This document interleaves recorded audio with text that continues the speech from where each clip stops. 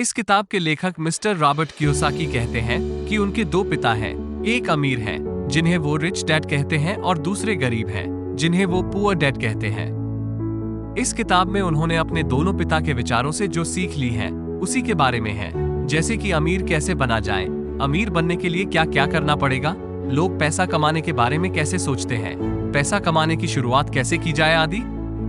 ये किताब लोगों के अंदर फाइनेंशियल अवेयरनेस, आर्थिक जागरूकता पैदा करेगी। आइए इस किताब की समरी देखते हैं। लेखक के एक पिता बहुत ही पढ़े लिखे थे, उन्होंने पीएचडी भी करा था और उनके दूसरे पिता ने अपनी स्कूल की पढ़ाई भी नहीं पूरी करी थी। दोनों ही अपने अपने करियर में सफल थे। एक फाइनेंशियल पैसों की समस्या से जूझ रहे थे और दूसरे उनके शहर के सबसे अमीर व्यक्तियों में से एक थे। जब वे पैसे के बारे में बात करते थे तो दोनों के नजरिए भी अलग अलग थे। एक का मानना था कि पैसों के प्रति प्यार ही सभी प्रकार की समस्याओं की जड़ है और दूसरे का मानना था कि पैसों की कमी ही सभी समस्याओं की जड़ है।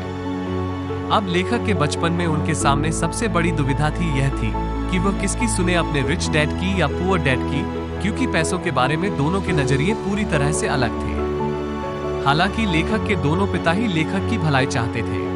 उनके पुअर डैड को हमेशा ये कहने की आदत थी कि हम ये नहीं ले सकते हैं, हम वो ले नहीं सकते हैं। वहीं उनके रिच डैड इस शब्द कभी भी उपयोग नहीं करते थे, उन्हें इस वाक्य से सख्त नफरत थी, यहाँ तक कि उन्होंने लेखक को भी इसका इस्तेमाल करने से मना कर दिया था। लेखक के रिच डैड कहते थे कि तुम अपने आप से पूछो कि तुम कैसे उस चीज को ले सकते हो।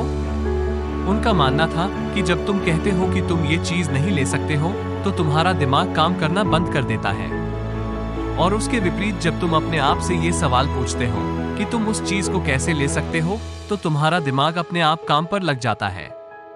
उनका ये कहना बिल्कुल नहीं था कि आप सब कुछ खरीदते चलो, उनका ये कहना था कि अपने दिमाग को हमेशा एक्टिव रखो, उसे काम पर लगाओ, जिससे तुम्हारे ब्रेन की एक्सरसाइज होगी और वो दिन ब दिन मजबूत बनता चला जाएगा। उनके पुअर डैड कहते थे कि कभी रिस्क मत लो और रिच डैड कहते थे कि रिस्क को मैनेज करना सीखो। उनके पुअर डैड कहते थे कि बहुत पढ़ाई करो और कॉलेज डिग्री लो और एक अच्छी सुरक्षित नौकरी ले लो। वही रिच डैड कहते थे कि पढ़ाई करो और पैसा कैसे काम करता है वो सीखो, पैसों के लिए काम मत करो बल्कि पैसों को तुम्हारे लिए काम पर लगाओ। 9 साल की उम्र में रॉबर्ट यानी कि लेखक ने डिसाइड किया कि वो अपने रिच डैड की सुनेंगे और उनसे पैसों के बारे में सीखेंगे, और पैसों के मामले में वो अपने पढ़े लिखे पुअर डैड को फॉलो नहीं करेंगे। रियल में उनके पुअर डैड उनके सगे पिता थे जो बहुत पढ़े लिखे थे और टीचर को नौकरी करते थे, लेकिन वो पैसों के मामले में गरीब थे। वही लेखक जिसे अपना रिच डैड कहते हैं वो उनके दोस्त माइक के पिता थे, जिनके पास रॉबर्ट और उनका दोस्त माइक पैसे कैसे कमाते हैं वो सीखने के लिए जाते थे। रॉबर्ट के इस रिच डैड ने अपनी स्कूलिंग भी नहीं पूरी की थी, फिर भी वो शहर के सबसे अमीर लोगों में से एक थे और बाद में जाकर अमेरिका के सबसे अमीर व्यक्तियों में से एक बने। रॉबर्ट और माइक के कहने पर उनके रिच डैड उन्हें पैसे कैसे कमाते हैं सिखाने के लिए तैयार हो गए। उनके अमीर पिता ने उन्हें पैसों के बारे में कुछ बहुत ही महत्वपूर्ण बातें बताई जिनके बारे में हम आगे बात करेंगे। अमीर पिता ने उन्हें कहा कि आप कितना पैसा कमाते हो यह महत्वपूर्ण नहीं है, महत्वपूर्ण यह है कि कितना पैसा आप बचाते हो। बहुत सारे लोगों को यह नियम पता नहीं है, इसीलिए हम देखते हैं कि लाखों रुपए की लॉटरी जीतने वाला गरीब या मध्यम वर्गीय आदमी अचानक से अमीर तो बन जाता है, परंतु कुछ ही सालों अपनी पुरानी हालत पर आ जाता है, क्योंकि उन्होंने बचाए नहीं सिर्फ खर्च किया। हम ये भी देखते हैं कि कोई खिलाड़ी जो 25-30 साल की उम्र में करोड़ों रुपए कमा रहा था, पर उसके 10-15 साल बाद उसके पास कुछ नहीं बचा है, वो बेघर हो गया है और उसे अपना खर्च चलाने के लिए बसें साफ करना पड़ रहा है। क्या आप उस खिलाड़ी का नाम बता सकते हैं? सोचिए जरा।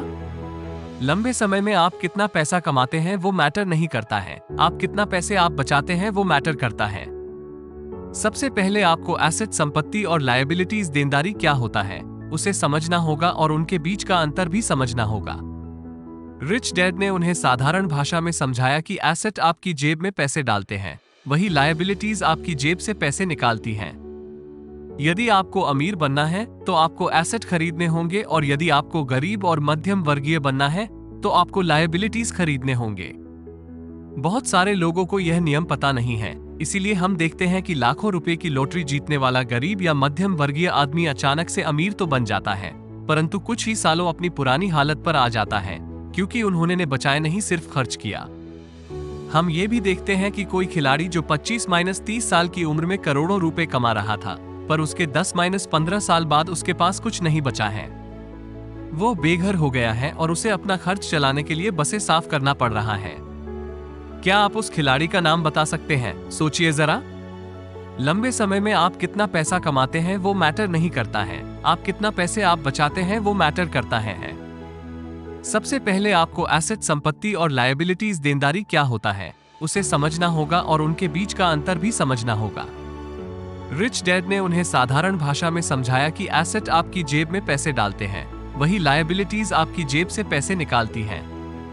यदि आपको अमीर बनना है तो आपको एसेट खरीदने होंगे और यदि आपको गरीब और मध्यम वर्गीय बनना है तो आपको लायबिलिटीज खरीदने होंगे।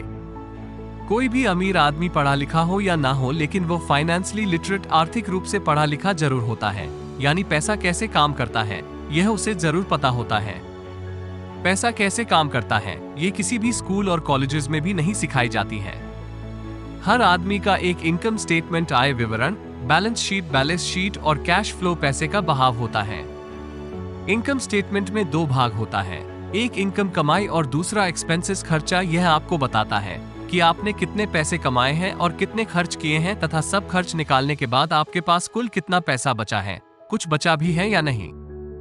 बैलेंस शीट में भी दो भाग होते हैं, एक एसेट संपत्ति और दूसरी लायबिलिटीज देनदारी। आपके एसेट आपके लिए पैसा बनाते हैं, ये आपको पैसा कमा कर देते हैं, जैसे जमीन, शेयर मार्केट और बॉन्ड्स में लगाया गया पैसा, इंटेलेक्चुअल प्रॉपर्टी, बौद्धिक संपदा आदि।